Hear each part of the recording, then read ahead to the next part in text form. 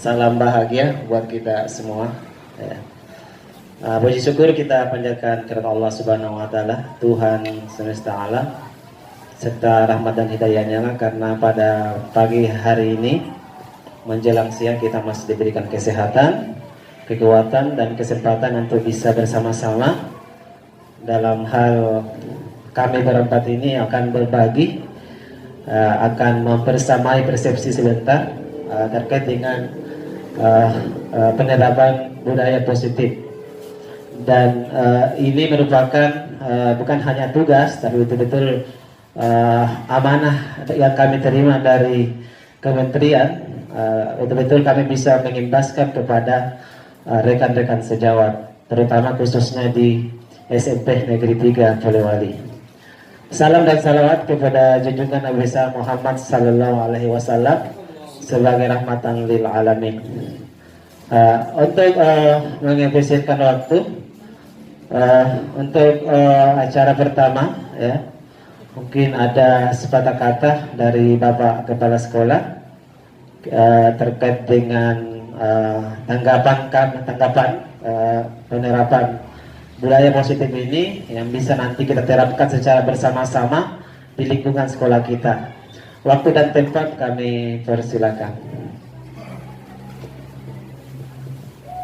Assalamualaikum warahmatullahi wabarakatuh.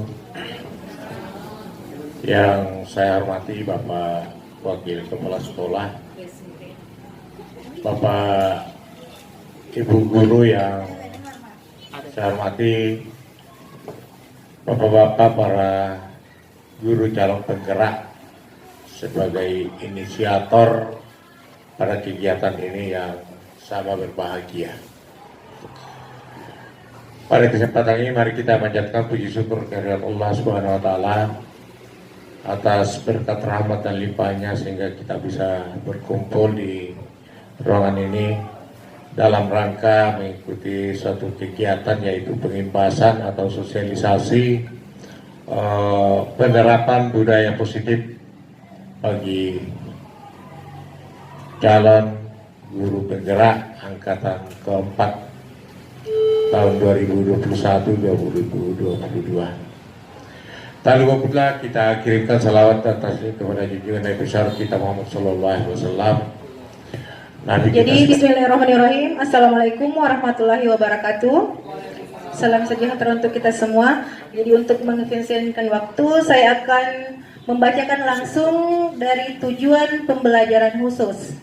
Jadi bisa juga dilihat di atas di slide tentang tujuan pembelajaran khusus dan tentang pertanyaan pemantik. Jadi yang pertama, tujuannya itu yaitu pendidik dapat memahami pentingnya memiliki keyakinan kelas sebagai fondasi dan arah tujuan sebuah sekolah atau kelas yang akan menjadi landasan dalam memecahkan konflik atau permasalahan di dalam sebuah kelas atau di sekolah. Kemudian yang kedua, pendidik dapat memahami proses pembentukan dari peraturan-peraturan yang beralih ke keyakinan kelas. Dan yang ketiga, pendidik dapat berpikir kritis, kreatif, reflektif, dan terbuka dalam menggali nilai keyakinan-keyakinan pada lingkungan mereka masing-masing. Bisa di next.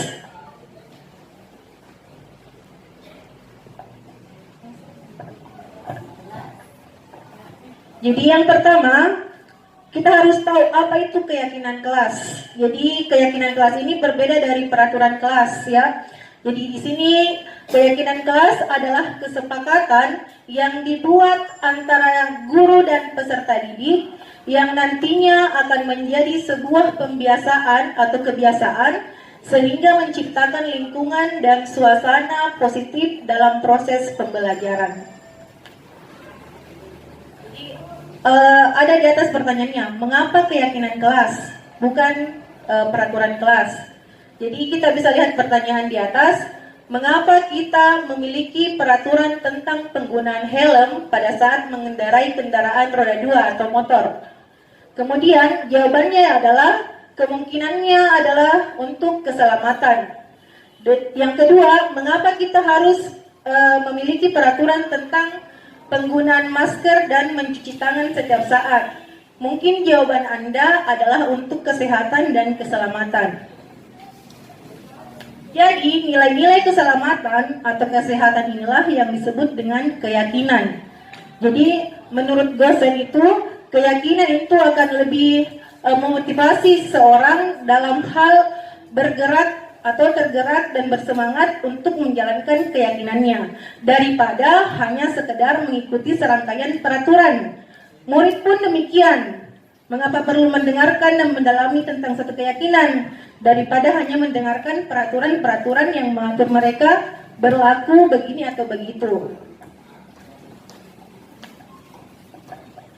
Jadi untuk pembentukan keyakinan kelas. Jadi kita lihat di atas ada 7 poin pembentukan keyakinan kelas. Jadi keyakinan kelas ini bersifat lebih abstrak daripada peraturan yang lebih rinci dan konkret. Kemudian keyakinan kelas itu berupa pernyataan-pernyataan yang universal. Yang ketiga, pernyataan keyakinan kelas senantiasa dibuat dalam bentuk yang positif, bukan larangan. Kemudian yang keempat, keyakinan kelas ini hendaknya tidak terlalu banyak sehingga mudah diingat dan dipahami oleh semua warga kelas. Yang kelima, keyakinan kelas sebaiknya sesuatu yang dapat diterapkan di lingkungan tersebut atau di lingkungan kelas kita. Yang keenam, semua warga kelas hendaknya ikut berkontribusi dalam pembuatan keyakinan kelas lewat kegiatan curah pendapat. Jadi bukan hanya gurunya yang membuat keyakinan. Kemudian yang ketujuh, bersedia meninjau kembali keyakinan kelas dari waktu ke waktu, ada refleksi. Yang selanjutnya ada prosedur pembentukan keyakinan kelas. Jadi mungkin tidak terlalu jelas ya di atas. Jadi prosedurnya ini ada beberapa, ada 6 poin. Jadi kita dalam membuat peraturan kelas atau keyakinan kelas itu kita memberikan kesempatan kepada setiap murid untuk mencurahkan pendapatnya tentang keyakinan apa yang akan kita sepakati bersama nantinya. Kemudian mereka mencatat masukan-masukannya, kemudian dituliskan di papan tulis atau di kertas besar. Kemudian kita menyusun keyakinan itu, kemudian mengganti kalimat-kalimat negatif menjadi kalimat yang positif. Contohnya, jangan berlari di kelas atau koridor. Kalimat positifnya, berjalanlah di kelas atau koridor. Kemudian yang keempat, meninjau ulang keyakinan kelas secara bersama-sama. Yang kelima, setelah keyakinan kelas dibuat, maka semua warga kelas dipersilahkan meninjau ulang dan menyetujuinya. Jadi harus ada persetujuan dari semua pihak antara guru dan peserta didik. Dan selanjutnya menandatangani keyakinan kelas tersebut.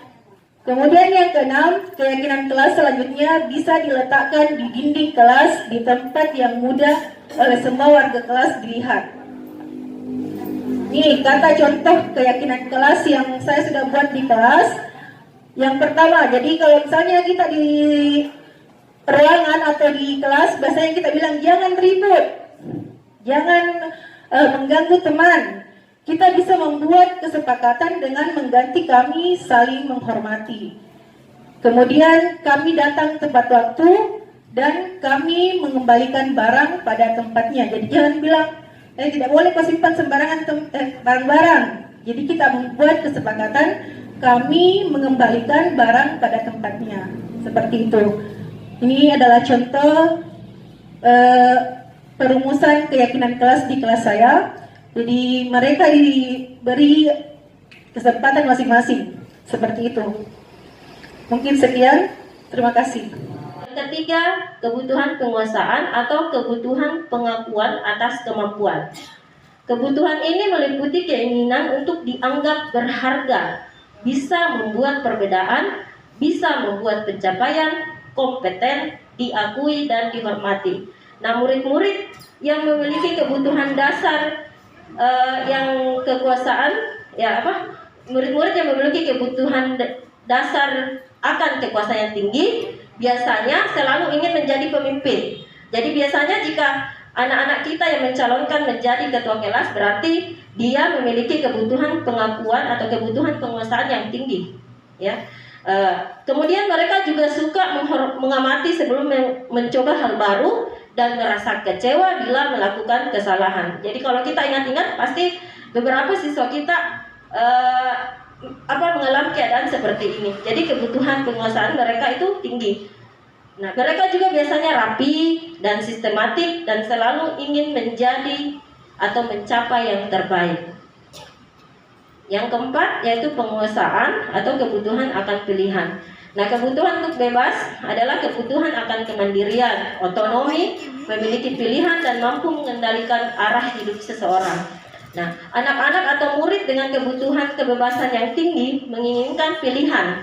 Mereka perlu banyak bergerak atau anaknya aktif, suka mencoba-coba, tidak terlalu terpengaruh orang lain, dan senang mencoba hal baru dan menarik. Yang terakhir adalah kebutuhan kesenangan atau kebutuhan untuk merasa senang.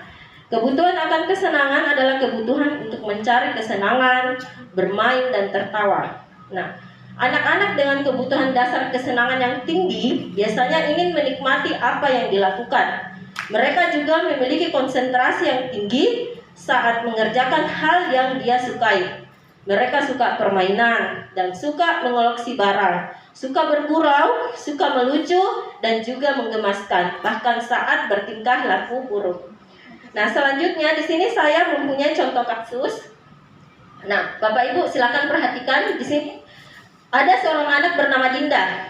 Dia berada di kelas 3 SD. Begitu tiba di rumah sepulang dari sekolah, Dinda menangis dan mengadu pada ibunya bahwa dia benci sama gurunya yang bernama Ibu Rani. Ya. Nah, Ibu Rani ini kenapa dibenci sama Dinda ya? Ternyata Dinda menyampaikan seperti ini kepada ibunya. Ya, dia melapor, ibu guru bilang, aku tidak boleh bersenandung sewaktu mengerjakan tugas. Katanya, kelas harus tenang, tidak ada suara. Kan enggak seru jadinya.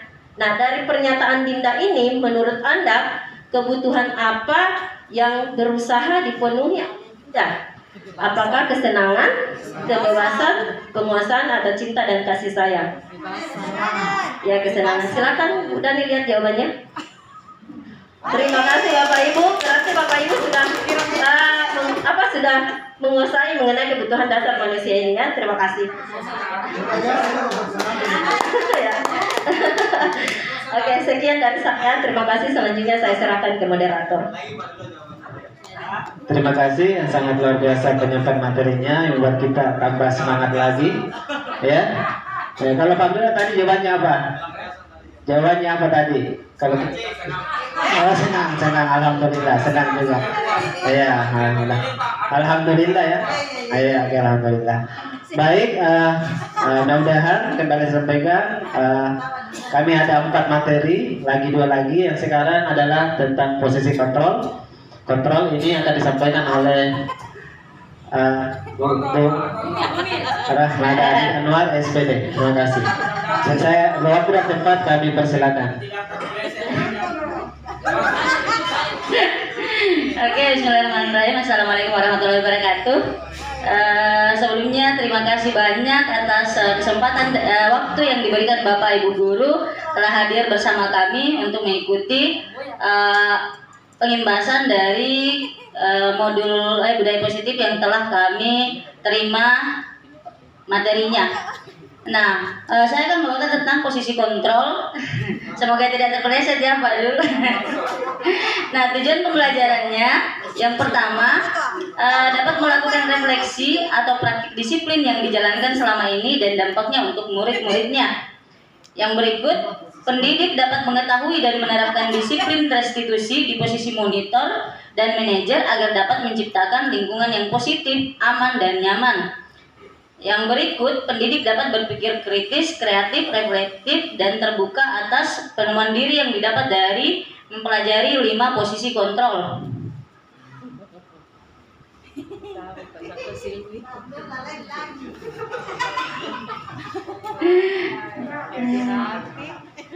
Nah, guru seperti apakah kita selama ini? Dari Bapak Ibu bisa melihat di slide ada 5 posisi kontrol kita guru terhadap peserta didik kita. Yang pertama ada guru pertama penghukum. Tindakan yang kita lakukan biasanya kita memarahi, mengkritik, menyakiti, melakukan tindakan kekerasan. Misalkan perkataan kita kepada anak, kalau kamu tidak melakukan ini, Bapak Ibu akan menghukummu. Jadi itu pernyataan kita kepada anak. Akibatnya apa? Murid tidak peduli dengan gurunya atau tugas sekolahnya karena ada perlawanan dari dalam diri anak tersebut. Pola perilaku apa yang diterapkan pada anak? Mereka akan melanggar berulang-ulang sebagai bentuk perlawanan yang ada dalam dirinya. Motivasi yang berkembang adalah motivasi intrinsik. Ketika anak mampu takut, ketika kita bilang begitu, motivasi yang ada adalah motivasi ekstrinsik, motivasi yang timbul dari luar. Oh, mau Kak berubah karena takut Kak sama guruku. Jadi motivasi bukan dari dalam dirinya. Nah, posisi kedua, guru itu sebagai pembuat rasa bersalah. Tindakan kita kadang mendiamkan atau menceramahi atau membuat rasa bersalah. Misalkan, Bapak atau Ibu kecewa sama kamu. Kalau orang tuamu tahu bagaimana? Seharusnya kamu tahu kalau kamu salah. Atau Bapak Ibu diam-diam saja, biar anaknya merasa bersalah sendiri. Nah, tahu itu salahnya. Nah, akibatnya apa? Murid merasa bodoh atau nakal. Pola perilaku apa yang muncul pada anak? Dia merasa rendah diri, kurang percaya diri, cemas, dan khawatir salah karena tidak ada pengakuan dari Bapak Ibu kepada anak tersebut. Ketika pun anak berubah, motivasi yang berkembang adalah motivasi ekstrinsik, motivasi yang karena Bapak Ibu. Mereka takut dia dianggap sebagai orang yang selalu merasa bersalah. Nah, posisi guru yang ketiga adalah posisi sebagai teman. Bagaimana dia tindakannya? Dia membuat pemakluman. Lakukan demi perkataannya, lakukan demi Bapak Ibu ya. Misalkan, ya kan Jiki begini, kayak seolah-olah siswa adalah temannya kita. Akibatnya apa? Anak merasa gurunya adalah teman yang bisa selalu memaklumi kesalahannya. Biar deh berteman ya dengan Bapak Ibu guruku, pasti maklumi apa yang kulakukan. Pola perilaku apa yang muncul pada anak? Dia menjadi lemah, tergantung, dan cenderung menunggu. Motivasi yang berkembang adalah motivasi ekstrinsik. Ketika anak mampu berubah, pasti dia berubah hanya karena guru-guru yang bisa dianggap teman. Yang tidak berteman dengannya, dia tidak akan sukai pelajarannya. Itu. Kemudian posisi guru yang keempat adalah pengawas atau pemantau. Tindakan Bapak Ibu guru itu memantau atau mencatat. Misalkan, kamu sudah tahu aturannya, apa yang kamu lakukan, kesalahanmu apa, hanya memantau, tidak ada dampaknya. Dia hanya tahu ini salah, ini benar. Akibatnya apa? Murid mempertanyakan selalu konsekuensi dari setiap perbuatan baik atau buruknya. Pola perilaku apa yang muncul pada anak? Orientasi pada ganjaran atau hadiah. Ketika dia berbuat baik, hadiah apa yang bisa dia lakukan, dia dapatkan. Ketika dia berbuat jahat, hukuman apa yang bisa dia dapatkan.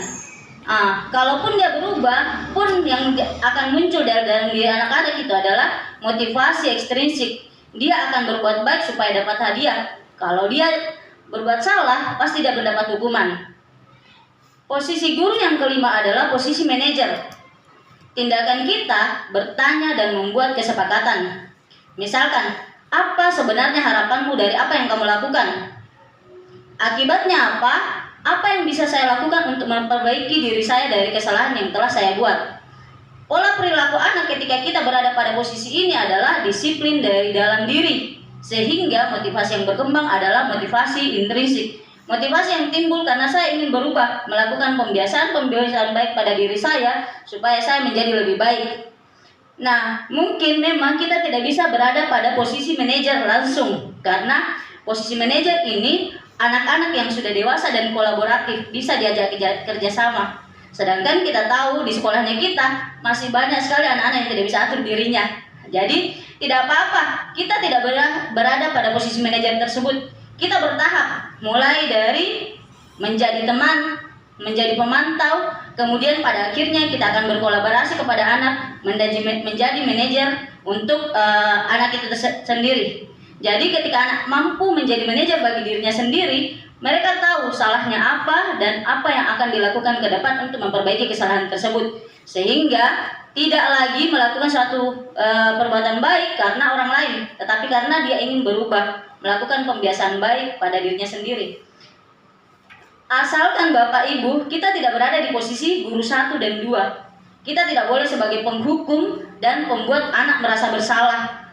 Jadi kita hanya bisa berada pada posisi 3 sebagai teman, kemudian 4 pengawas atau memantau, dan 5 manajer. Jangan sampai kita berada pada posisi penghukum dan pembuat anak merasa bersalah. Nah, semakin bertahap itu membuat kita, semoga kita bisa berada pada posisi kontrol sebagai manajer, agar motivasi yang timbul dari dalam diri pada anak itu adalah motivasi intrinsik atau motivasi dari dalam diri. Itu saja dari saya tentang posisi kontrol. Terima kasih, salam dan bahagia. Ya, terima kasih banyak penyampaian yang sangat luar biasa pula dari rekan kami. Ya, selanjutnya materi terakhir sebelum pertanyaan adalah saya sendiri terkait dengan restitusi, ya, bukan prostitusi ya. Ini identik dengan prostitusi. Saya berdiri, maaf Pak. Ya. Sekarang sudah ditampilkan materi restitusi. Tujuan pembelajarannya adalah pendidik memahami restitusi sebagai salah satu cara menanamkan disiplin positif pada murid sebagai bagian dari budaya positif di sekolah. Yang kedua, pendidik dapat menerapkan restitusi dalam membimbing murid berdisiplin positif agar menjadi murid yang merdeka. Seperti yang Bapak tadi sampaikan, bahwa motto dari guru penggerak adalah bagaimana anak-anak bisa merdeka belajar. Kemudian yang terakhir adalah pendidik kita mampu bersikap reflektif atau mengevaluasi diri kita, kemudian berkritis, lalu kita kreatif, dan kita juga harus punya kita harus terbuka kepada rekan-rekan kita dan siswa. Lanjut. Jadi sebelum lebih jauh melangkah, sebenarnya materi-materi yang sudah disampaikan tadi Bapak Ibu tadi yang awal adalah itu saling berhubungan, satu keterkaitan. Ya, saling ini ya. Nah, sekarang kita lebih kepada penanganan masalah. Ternyata penanganan masalah itu bukan hanya guru BK, ya, disampaikan ternyata dalam program guru penggerak ternyata kita juga mampu melakukan penanganan dengan berkolaborasi dengan guru BK, seperti ini yang akan saya sampaikan sebentar ini, ya. Ya, maaf lagi loading. Ya. Jadi sekali lagi ya, ini ada kaitannya dengan materi-materi sebelumnya. Mulai dari keyakinan, kebutuhan, posisi kontrol, dan restitusi.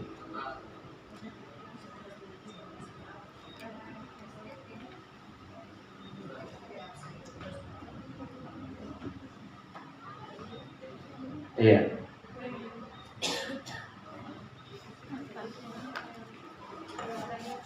Sudah. Ya. Frustrasi ini Pak. Ya, tentang restitusi ya. Nah, tadi tujuannya sudah pengantar ya. Ya, ini pengantar bahwa ya, sebagai seorang guru, ketika murid kita melakukan kesalahan, tindakan mana yang akan kita lakukan? Anda saya bertanya kembali. Mungkin kita menunjukkan kesalahannya dan memintanya melihat kesalahannya baik-baik. Ya. Terus yang kedua, kita mungkin mengatakan kamu seharusnya tahu bagaimana kamu seharusnya bertindak. Nah, yang ketiga adalah kita mengingatkan murid kita akan kesalahannya yang sama di waktu sebelumnya. Ya. Kemudian yang keempat, kita akan bertanya padanya, kenapa kamu melakukan sesuatu yang seharusnya tidak kamu lakukan? Ya. Nah. Kemudian yang kelima, mungkin kita akan berkata, kita akan mengkritik dia dan mendiamkannya. Bisa saja ini biasa kita lakukan, ya. Nah, ternyata dari kelima kegiatan di atas itu merupakan, jika kita melakukan tindakan-tindakan tersebut, ya, mungkin kita akan membuat murid kita merasa menjadi anak yang gagal. Jadi, yang membuat kecenderungannya lebih gagal. Lanjut. Ya. Pertanyaannya sekarang, ya. Pertanyaan sekarang, bagaimana kita sebaiknya merespon kita bila ada murid kita melakukan kesalahan? Ini terkait dengan restitusi. Kita akan simak penjelasan tentang restitusi berikut. Ya. Apa itu restitusi? Pemahaman kita tentang restitusi, ya, setelah kita baca itu adalah proses menciptakan kondisi bagi murid untuk memperbaiki kesalahan mereka sehingga mereka bisa kembali pada kelompok mereka dengan karakter yang lebih kuat, dengan karakter yang lebih bagus, yang bisa keluar dari masalah-masalah yang telah terjadi. Adapun tujuan restitusi yang diharapkan adalah membantu murid menjadi lebih memiliki tujuan, disiplin positif, dan memulihkan dirinya setelah berbuat salah. Ini ada kaitannya tadi dengan keyakinan, ya, posisi kontrol dan kebutuhan dasar. Ya. Kemudian penekanannya bukanlah pada bagaimana perilaku untuk menyenangkan orang lain atau menghindari ketidaknyamanan, namun tujuannya adalah menjadi orang yang menghargai nilai-nilai kebajikan yang mereka percayai. Berarti intinya adalah dari anak-anak peserta didik kita, murid kita sadar akan dirinya, apa tugasnya, dia memiliki kesadaran, ya. Udah lanjut, ada 9 ciri-ciri restitusi. Ya. Di antaranya yang pertama, ciri-ciri restitusi adalah 1, bukan untuk menebus kesalahan, namun untuk belajar dari kesalahan. Jadi setiap anak-anak harus mempelajari kesalahan-kesalahannya sehingga masalah-masalahnya bisa dia selesaikan tersendiri. Karena anak-anak itu punya potensi dalam menyelesaikan masalahnya sendiri. Ya. Yang kedua adalah memperbaiki hubungan. Ya. Itu memperbaiki hubungan dengan temannya, dengan guru-guru dan sebagainya. Kemudian restitusi itu adalah tawaran, bukan paksaan. Seperti tadi disampaikan tadi, bukan Riyadi tentang keyakinan kelas, tentang pengucapan itu, ya. Kamu harus begini, itu artinya paksaan. Ya. Sebaiknya kita menawarkan beberapa alternatif, ya, pilihan apa yang ingin kamu lakukan, ya. Keyakinan apa yang kamu yakini untuk di kelas ini misalnya.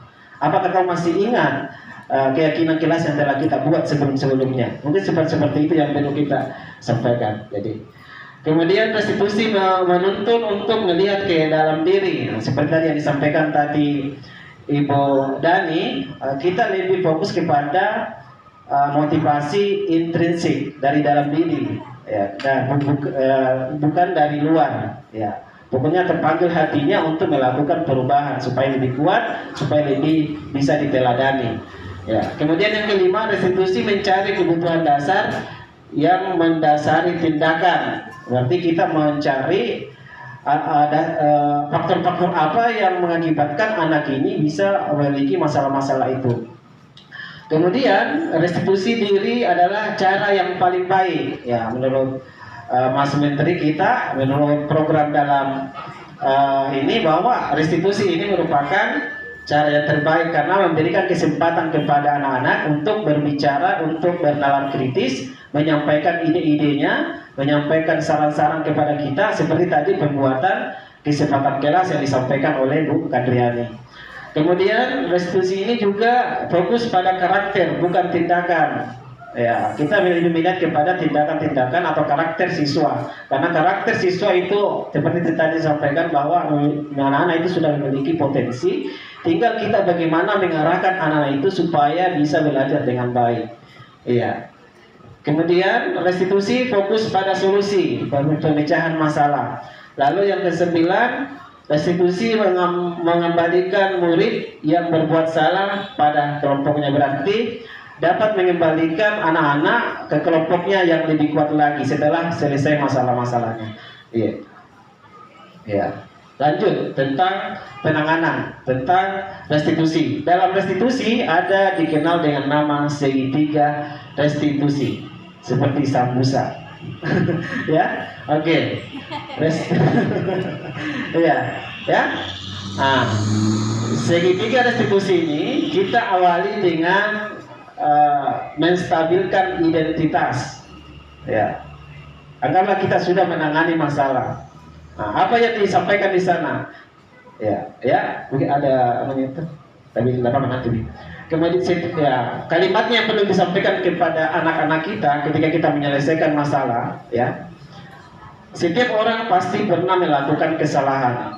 Ya, ini adalah menstabilkan identitas. Ya, setiap orang pasti pernah melakukan kesalahan. Atau kamu bukan satu-satunya yang pernah melakukan ini. Berarti kita melakukan pemahaman supaya anak itu bisa terbuka. Kita pancing dia supaya bisa melakukan ide-ide atau saran apa yang harus dia lakukan. Yang kemudian kita masuk ke tahap selanjutnya, validasi tindakan yang salah. Ya, di sini ada pertanyaan-pertanyaan yang bisa kita lahirkan. Ya, misalnya kamu tentu punya alasan mengapa kamu melakukan itu. Misalnya mengapa kamu bolos, mengapa kamu tidak masuk belajar, kenapa kamu bisa terlambat masuk dan selebihnya. Pasti anak-anak punya alasan. Bisa saja tadi seperti mengenai yang disampaikan tadi Bu Mila tentang kebutuhan dasar manusia, ingin diperhatikan, ya mungkin di rumahnya tidak diperhatikan oleh orang tuanya, atau mungkin bahkan kita saja di kelas bisa saja tidak memperhatikan kebutuhan apa yang harus diinginkan oleh anak kita dalam memberikan tugas-tugas itu. Ya, pasti anak-anak punya alasan kenapa anak tidak kerja tugas. Ya kan, ini ya. Kemudian mungkin pertanyaan lain, adakah cara yang lebih efektif untuk mendapatkan apa yang kamu butuhkan? Kita bertanya apa-apa karena itu. Kemudian terakhir ya, menanyakan keyakinan, nilai-nilai apa yang telah disepakati. Ini tadi kembali ke bukan ini sudah tadi menerapkan. Kami juga sudah sebenarnya menerapkan keyakinan kelas, ya kesepakatan ya. Kesempatan kelas, kami menyampaikan kembali, mengulang kembali, mungkin anak kita sudah pernah mendapatkan materi tentang keyakinan kelas. Ya, ada pertanyaan seperti ini. Nilai apa yang telah kita sepakati pada saat di kelas sebelumnya? Itu ya. Kemudian yang terakhir, kamu ingin menjadi orang yang seperti apa setelah keluar dari masalah ini? Inilah kalimat-kalimat yang perlu kita sampaikan ke anak-anak kita ketika kita melakukan penanganan masalah sehingga dia bisa keluar dari masalahnya dan bisa bergabung dengan kelompoknya yang lebih kuat. Misal terus, ini lebih rinci lagi, lanjut. Ya, ini tadi sama enggak? Bentar, masih ini. Ya, pertanyaan. Ya, oke. Lagi. Stop.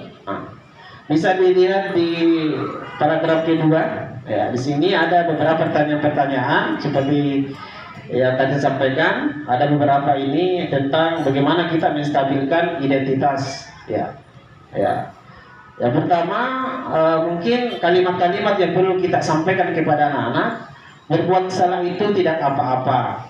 Ya. Terus yang kedua, tidak ada manusia yang sempurna. Ya, tidak ada manusia yang sempurna. Terus yang ketiga, saya juga pernah melakukan kesalahan seperti itu. Ya, kita juga pernah melakukan kesalahan itu. Artinya kita di sini menstabilkan kita bagaimana sih sebenarnya itu manusia. Ya, kemudian kita bisa menyelesaikan ini bersama-sama. Ada masalah bisa kita selesaikan secara bersama-sama. Kemudian Bapak tidak tertarik mencari siapa yang salah, tapi Bapak ingin mencari solusi dari permasalahan ini. Ketika ada anak-anak yang berselisih paham atau bertengkar, mungkin bahasa kita tidak mencari siapa yang salah. Di sini ada namanya,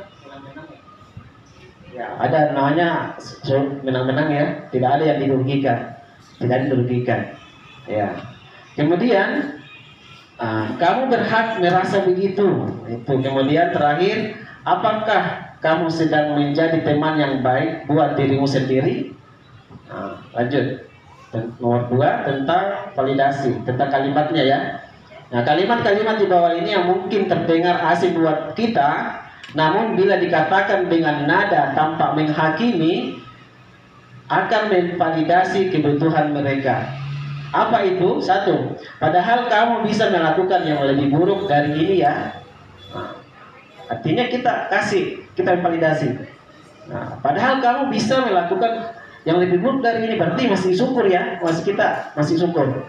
Nah, kemudian yang kedua, kamu pasti punya alasan mengapa melakukan hal itu. Nah, tadi sudah.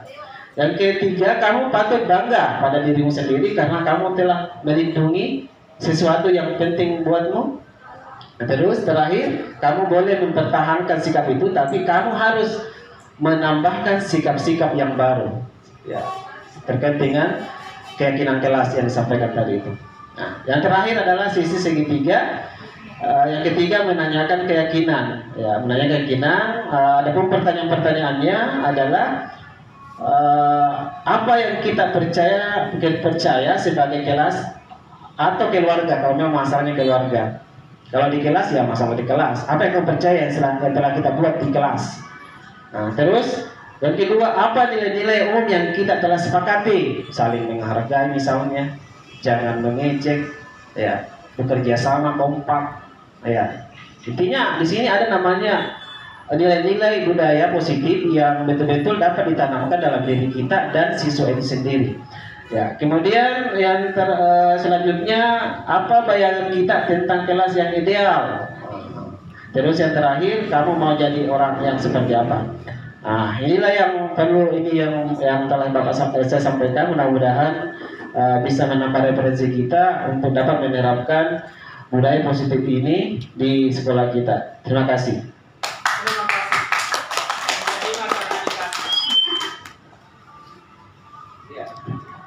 Ya, baik, saya kembali. Ya. Ya, alhamdulillah dari empat materi kami sudah paparkan. Waktu sekarang adalah sesi tanya jawab.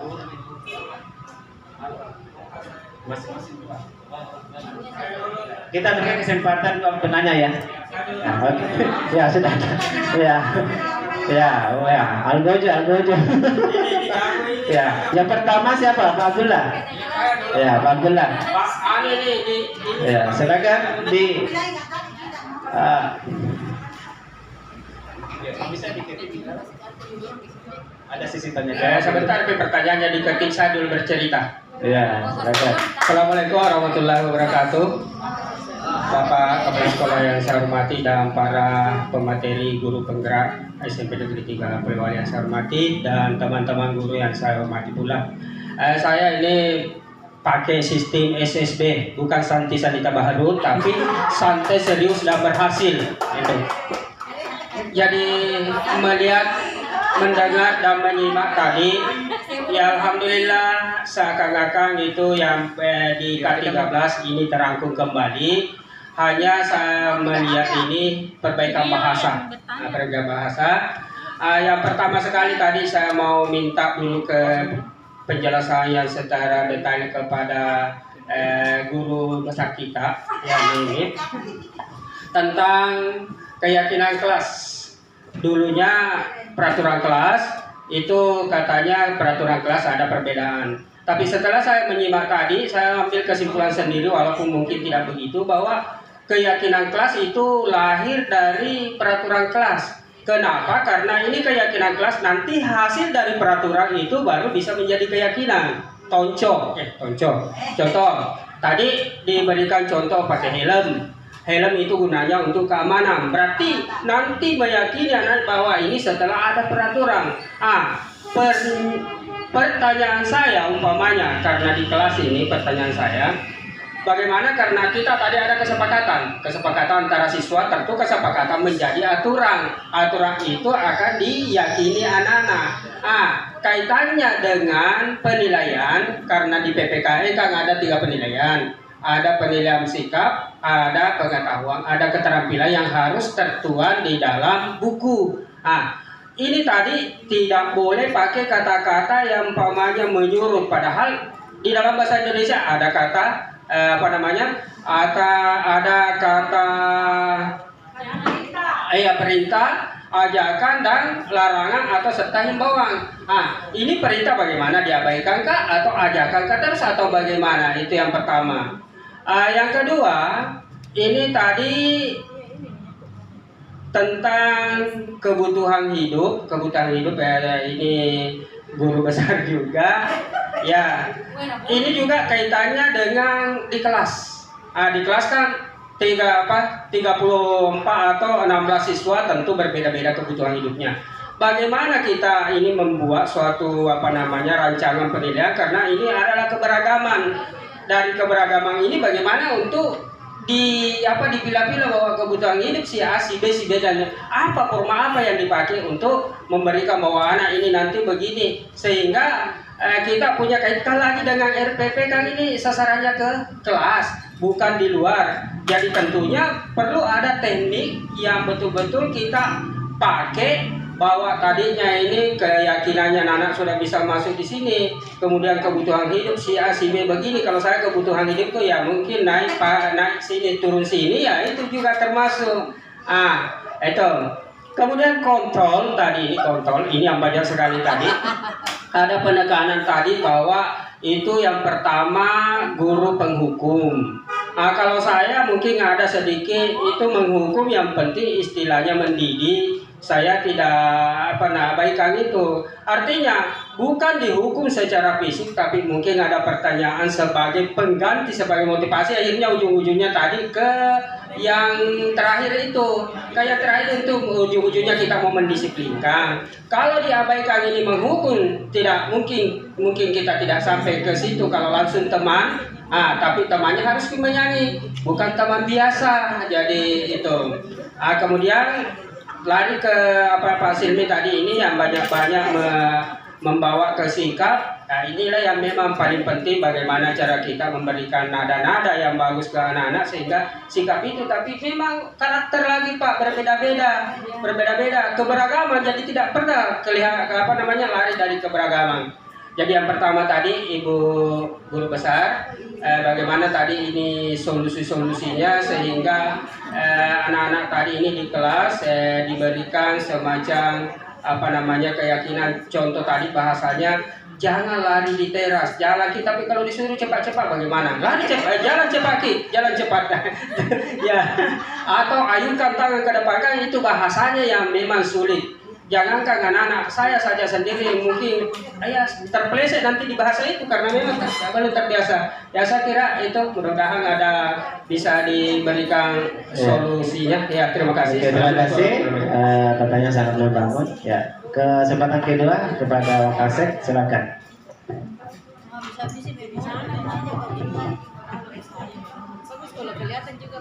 Terima kasih. Assalamualaikum warahmatullahi wabarakatuh. Ya, terima kasih atas kesempatan yang diberikan.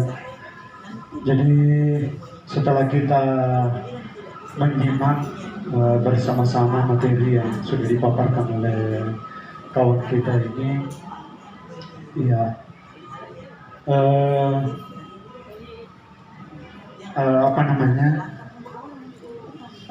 muncul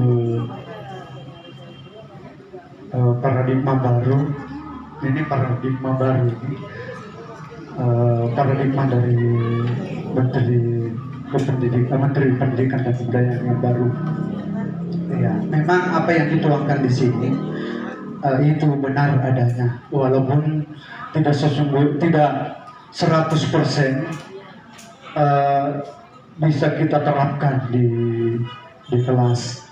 Ya, karena ini sebetulnya teori, ya, yang mana teori ini tidak mutlak bisa kita terapkan atau peroleh hasilnya 100%. Ya, contoh. Jadi setelah saya mendengarkan, memang di dalam pembelajaran tidak cukup menggunakan metode pendekatan yang canggih seperti apapun, ya, jika motivasi anak-anak itu tidak ada, ya, maka yakin dan percaya sulit berhasil. Nah, anak-anak yang rendah prestasinya itu yakin bahwa itu karena motivasinya rendah. Nah, saya lihat bahwa motivasi yang paling bagus sebetulnya itu yang kita bangun adalah motivasi intrinsik.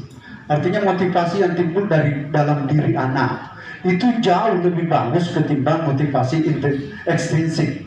Yang walaupun sebetulnya motivasi ekstrinsik itu tidak bisa disepelekan, ya, tidak bisa dibuat begitu saja, karena membangun motivasi intrinsik ini tidak mudah. Ya, saya mengatakan tidak mudah dan sangat berat. Oleh karena itu, kalau jika kita membangun motivasi intrinsik ini agak sulit bagi anak-anak, maka apa perlu buat kita pakai motivasi ekstrinsik. Contoh Bu ya. Kalau kita sudah memberikan pencerahan kepada anak bagaimana untuk menyadarkan sendiri anak-anak biar sadar sendiri. Ya, tapi ini kan tidak mudah anak-anak mau sadar sendiri. Iya. Nah, otomatis tidak bisa dibiarkan begitu saja. Contoh, anak-anak ini banyak terjadi. Anak-anak diberikan tugas, tidak pernah kerja. Kalau didiamkan, tambah tidak kerja.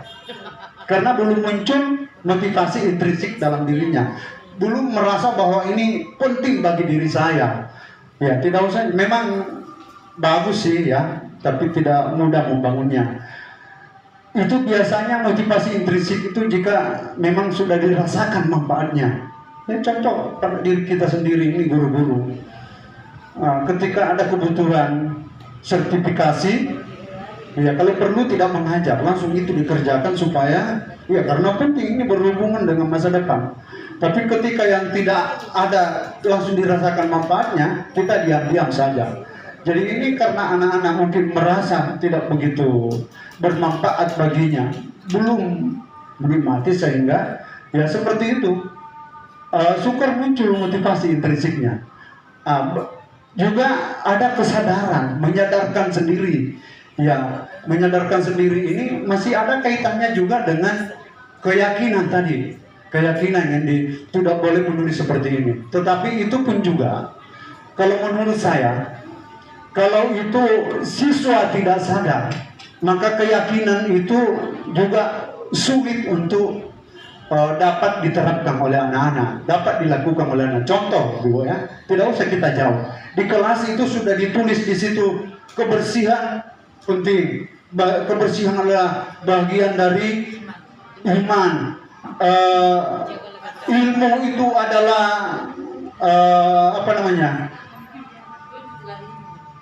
ya tutuplah dan seterusnya macam-macam ditulis di situ. Tapi buktinya juga kan anak-anak tidak lakukan itu.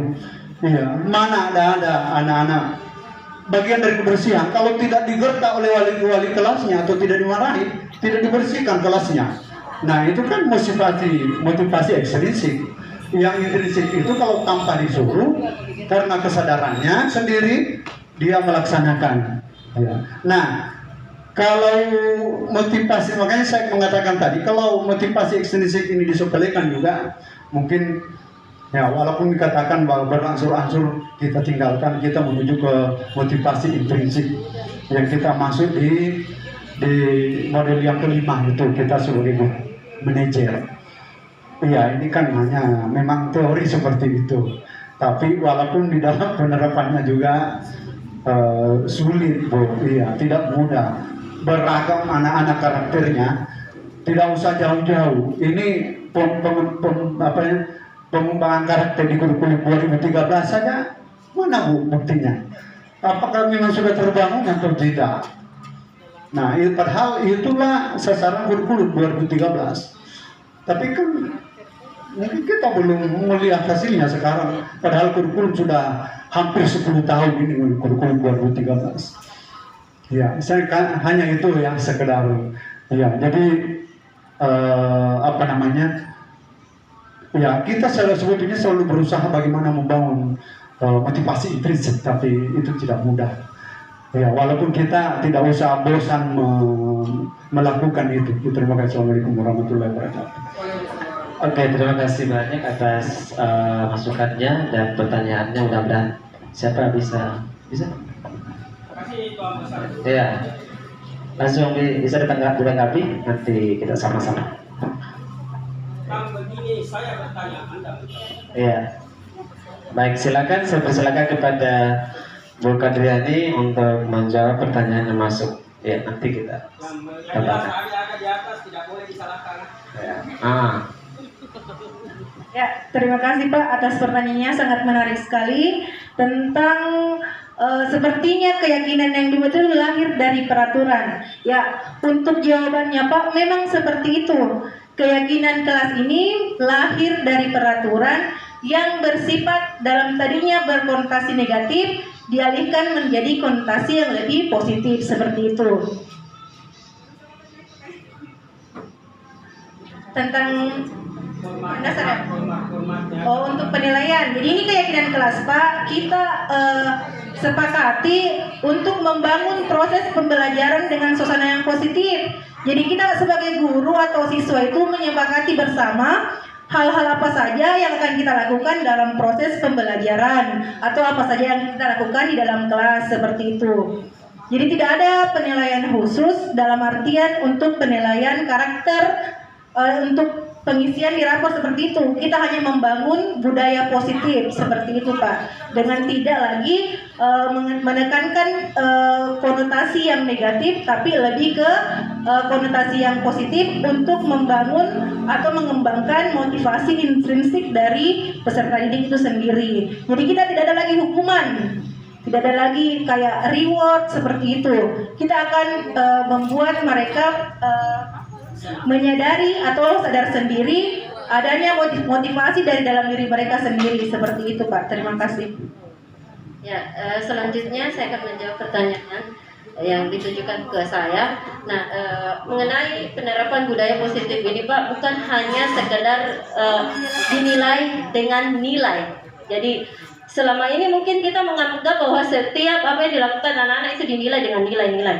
Nah, tapi di sini yang kita inginkan bagaimana supaya karakter anak-anak yang ada di sekolah kita ini perlahan-lahan berubah. Walaupun mungkin tidak akan bisa berubah langsung secara 360 derajat, tapi minimal adalah sedikit perubahan yang bisa kita terapkan. Mengenai kebutuhan dasar manusia ini ya memang tidak akan bisa kita ketahui dalam satu kelas itu, tidak akan bisa kita ketahui 33 orang anak ini apa kebutuhannya. Nanti kita bisa ketahui ketika dia mendapatkan masalah. Nah, itu baru kita bisa misalnya anaknya suka ganggu temannya. Nah, setelah ditanya ternyata si anak menjawab, "Isen jaga Bu, suka jaga kalau marah-marah temanku." Nah, berarti itu kebutuhan dasar dia adalah kebutuhan dasarnya yang kurang adalah kebutuhan dasar akan kesenangan. Ya, jadi seperti itu. Terima kasih. Satu semua tentang 5 posisi kontrol tersebut, memang kita tidak bisa pernah jadi menjadi penghukum begitu, tetapi harus kita bedakan bahwa ada namanya hukuman, ada namanya konsekuensi. Hukuman itu bersifat kayak lebih berat atau penyiksaan, sedangkan konsekuensi itu adalah risiko yang harus diterima ketika anak tersebut melakukan sesuatu.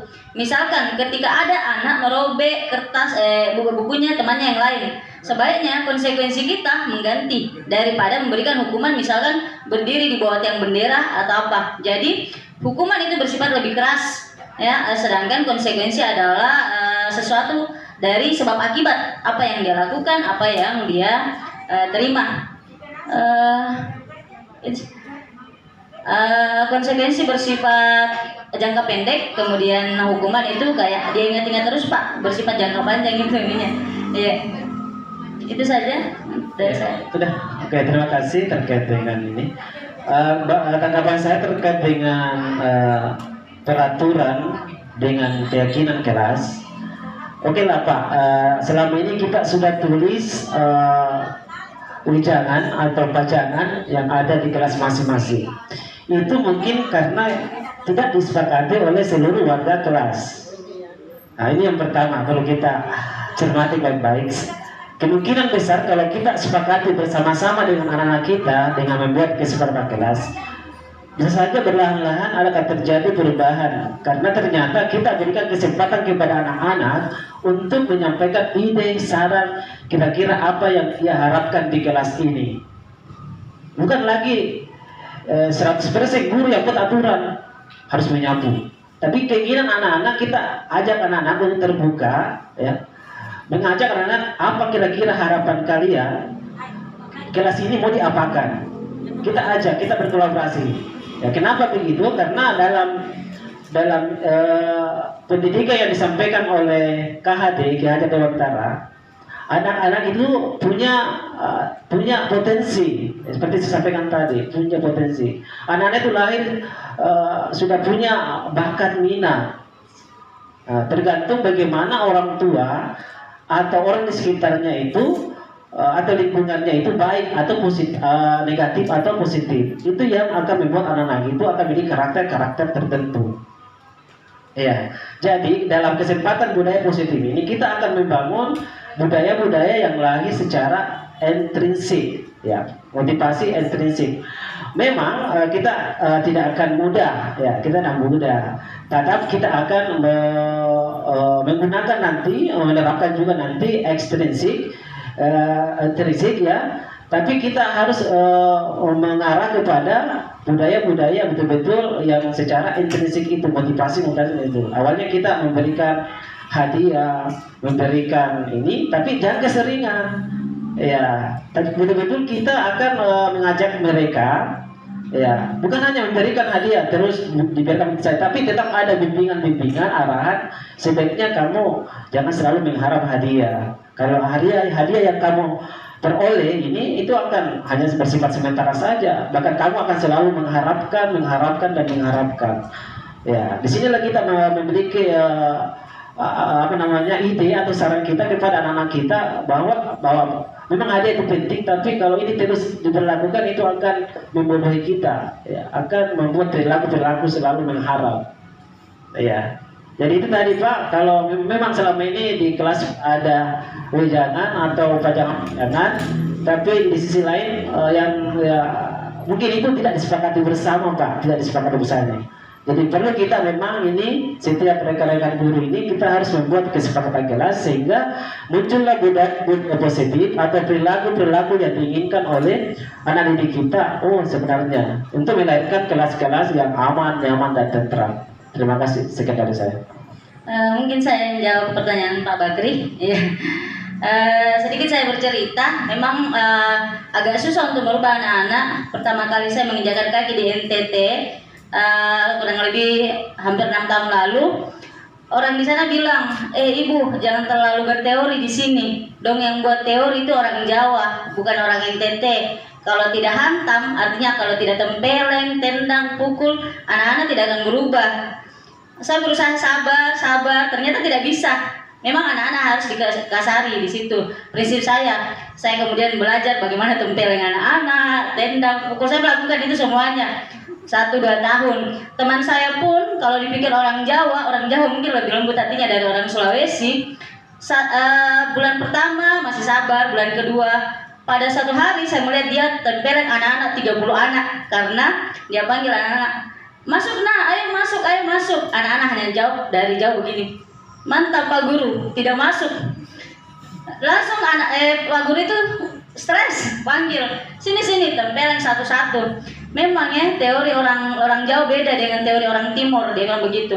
Nah pada intinya saya mulai berpikir, masa kita ikut, memang kita tinggal di budaya mereka, tapi masa saya ikut mereka. Saya mulai mencoba bagaimana mengubah pola perilaku saya tetap pada prinsip awal saya bersabar. 3 tahun berikutnya ternyata anak-anak sudah mulai berubah, tidak mesti dikasari.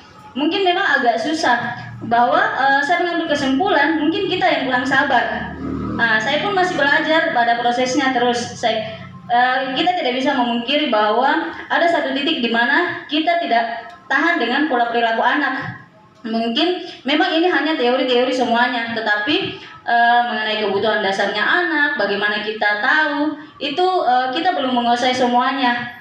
Ya memang agak susah jadi guru, saya pikir juga begitu. Susah untuk memahami beberapa karakter anak dalam satu kelas. Kita akan terbawa pula, apalagi ada emosi-emosi yang kita bawa, itu akan menjadi lebih susah. Sehingga memang bertahap untuk meningkatkan motivasi intrinsik pada anak. Selalu ada saja alasan anak untuk melakukan sesuatu karena guruku ini, karena orang tuaku ini, karena temanku. Ada saja begitu, tetapi kita terus berproses secara bertahap bagaimana. Saya pun demikian untuk melatih kesabaran kita sama anak-anak. Dan memang kata orang menjadi guru itu agak berat. Itu saja yang kita mungkin pahami, ya sedikit tambahan dari saya. mungkin anak-anak di sini berbeda dari dengan anak-anak di NTT, tapi selama kurang lebih 6 tahun saya mengajar, setelah beberapa guru pindah, selalu mereka merindukan bahwa guru-guru yang datang itu dong tidak pernah kasar sama kita. Akhirnya mereka ada motivasi, oh saya mau berubah, tidak mesti ditempelin dulu baru masuk di kelas. Itu mungkin dari saya sedikit, Pak. Iya, terima kasih. Berarti ada kebiasaan positif ya yang perlu kita terapkan. Saya tambahkan sedikit dalam program guru penggerak ini ada materi yang belum pernah kita sampaikan terkait dengan pemetaan kekuatan.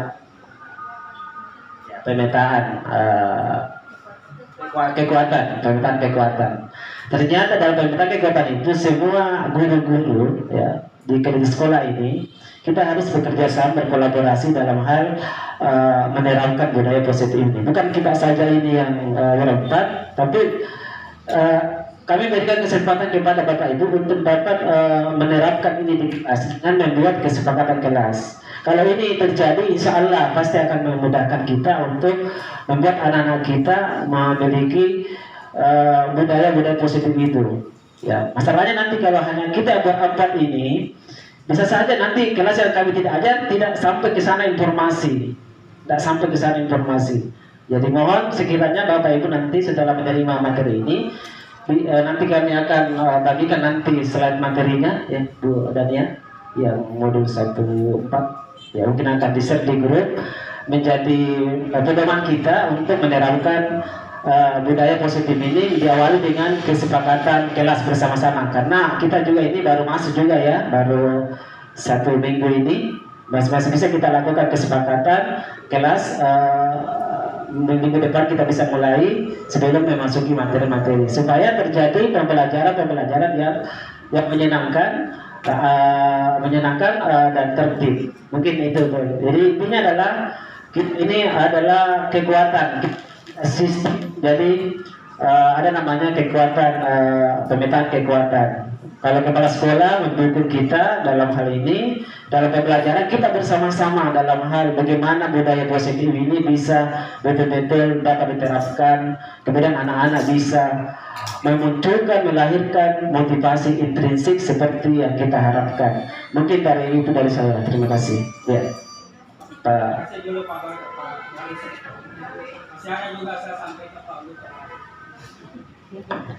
Silakan Pak. Terima kasih. Assalamualaikum warahmatullahi wabarakatuh. Bapak dan Ibu pemateri yang saya hormati, saya banggakan. Kenapa saya tidak ada kue? Menarik sekali apa yang menjadi judul pada siang hari ini. Sebenarnya budaya positif itu sudah berlaku sejak lama. Hanya judul baru barangkali. Kemudian tentang kesepakatan itu sebenarnya sudah berlaku juga. Khususnya saya sudah sepakat dengan anak-anak beberapa hal yang mungkin tidak terinci dengan yang disampaikan oleh guru penggerak. Tetapi ada peraturan khusus ketika Anda masuk di kelas saya. Bisa ditambah? Misalnya anak-anak itu Pak, saya tidak masukkan di kelas kalau rambutnya lebih dari 3 cm. Iya. Yang kedua, anak-anak tidak boleh masuk di kelas saya mengajar ketika saya mengajar jam kedua atau jam ketiga dan kamu terlambat. Kalau jam pertama boleh, tapi kalau jam kedua, jam ketiga jangan coba-coba masuk. Itu kan kesepakatan. Tetapi kalau jam pertama kamu terlambat, saya masih bisa tolerir, karena bisa saja kamu tidak sarapan di rumah baru datang ke sekolah. Jadi sarapan dulu. Tapi kalau sudah masuk, memang ada guru yang masuk mendahului saya, lalu saya masuk, dan kamu terlambat, saya tidak masukkan lagi. Itu salah satu kesepakatan. Ini. Tetapi yang ingin saya tanyakan, Pak, bukan masalah itu. Yang ingin saya tanyakan, saya betul-betul ingin bertanya ini, apakah ada perbedaan kurikulum 13 itu dengan apakah ada kurikulum baru dari guru penggerak? Satu. Yang kedua, apakah ada perbedaan proses belajar mengajar antara kurikulum yang sudah jalan ini dengan guru penggerak? Yang ketiga, apakah ada perbedaan bentuk penilaian terkait dengan penilaian yang akan diterapkan guru penggerak? Bagaimana modelnya? Itu saya sebenarnya intinya yang ingin saya mau pahami dari ini guru penggerak. Terima kasih Pak.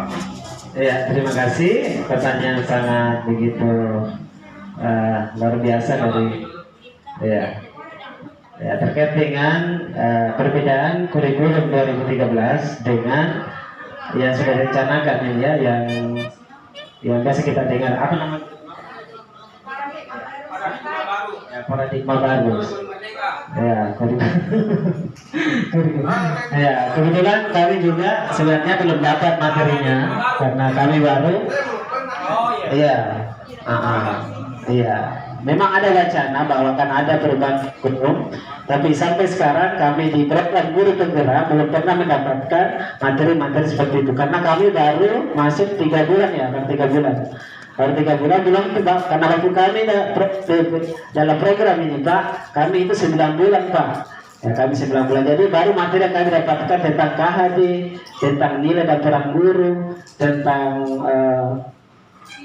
visi dan visi ya. Kemudian terakhir adalah budaya positif. Ya, mungkin nanti kita bisa bahas. Oke, saya beri kesempatan kepada Ibu Dani untuk memberikan penjelasan.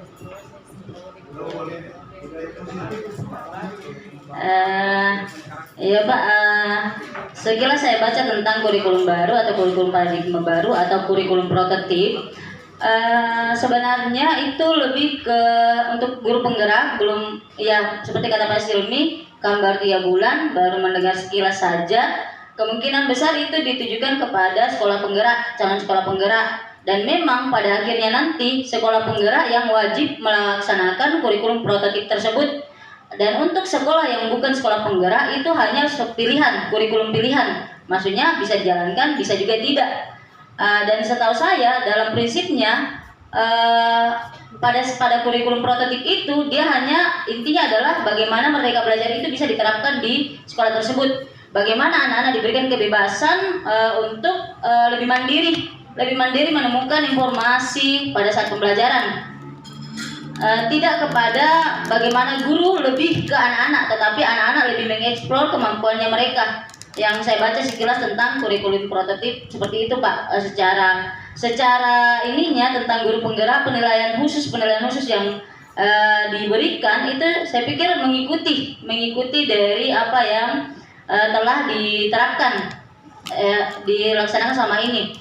Kemudian kalau Bapak bilang sebenarnya ini kurikulum 13 bahasa-bahasa barunya saja, saya sangat setuju dengan hal itu. Maka saya coba berpikir kemarin guru pendamping praktik yang lulus itu adalah instruktur karena mereka telah menerapkan sebelumnya dan saat ini sekarang mendampingi kami karena memang tidak jauh beda, hanya ada bahasa-bahasa lainnya, misalkan kesepakatan kelas supaya lebih ini menjadi keyakinan kelas, supaya lebih karena yakin, supaya dari dalam dirinya begitu. Padahal sama saja kesepakatan kelas yang muncul dari peraturan kelas itu tersendiri. Jadi saya sangat setuju dengan apa yang Bapak bilang bahwa sebenarnya bahasa-bahasa lainnya saja dari apa yang sebelumnya diterapkan, cuman lebih diperhalus bahasanya, kemudian lebih bagaimana anak-anak bisa lebih bebas, merdeka dari dalam dirinya, tidak ada tuntutan dari luar. Jadi itu bahasa-bahasanya saya Pak. Mungkin itu dari saya. Ya, jadi saya tambahkan sedikit Pak. Jadi untuk guru penggerak sendiri Pak hampir sama materinya.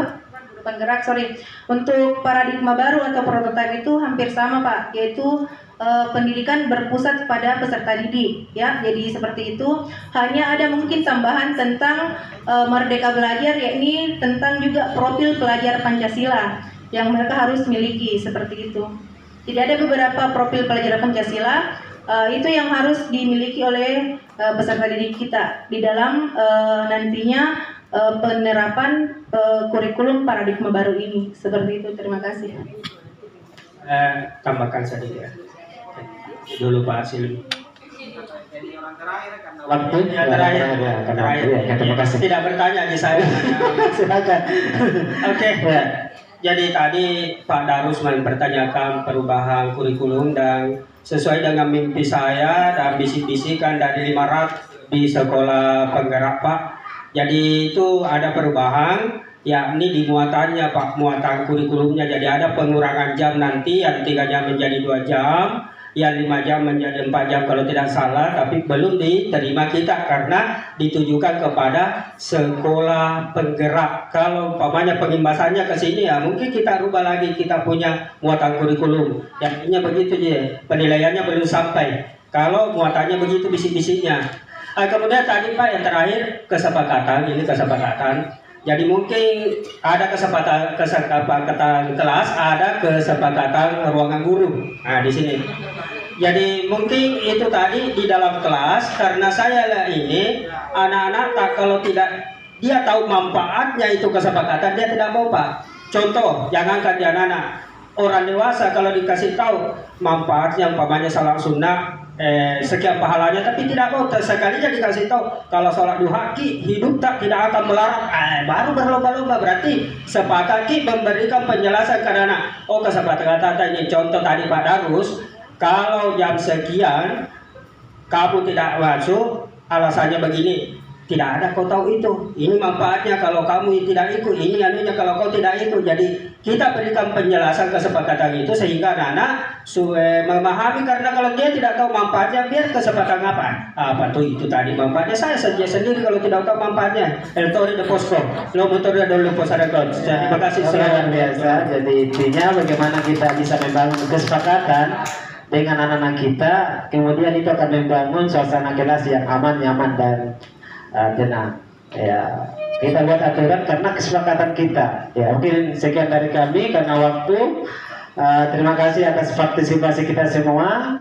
Mohon maaf segala kekurangan kami karena kami ini sebenarnya bukan menjadi bukan menggurui, tapi kita datang untuk mempersamai apa pemahaman kita terkait dengan budaya positif. Kita share apa yang kami terima, itu yang kami sampaikan di ruangan terhormat ini. Demikian dari saya. Mudah-mudahan apa yang kami sampaikan berempat bisa betul-betul diterapkan di sekolah kita, khususnya di kelas kita masing-masing. Insya Allah nanti materi modul 1-4 kami akan share di grup, kemudian menjadi pedoman untuk menerapkan kesepakatan kelas di kelasnya masing-masing. Sekian, saya akhiri. Alhamdulillah, terima kasih. Wassalamualaikum warahmatullahi wabarakatuh. Ya, terima kasih.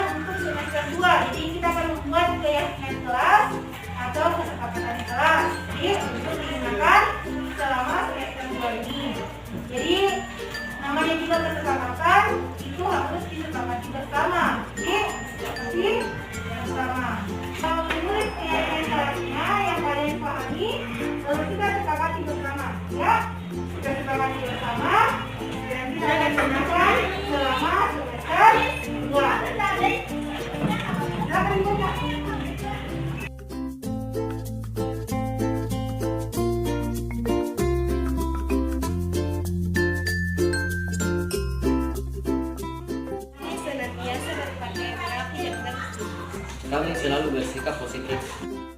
Kami senantiasa menjaga inventaris kelas. Kami senantiasa menghargai guru dan warga sekolah. Kami saling menghargai satu sama lain. Kami belajar dengan antusias dan penuh percaya diri. Kami senantiasa menjaga kebersihan kelas. Kami senantiasa memperhatikan guru ketika sedang menjelaskan. Kami hadir tepat waktu.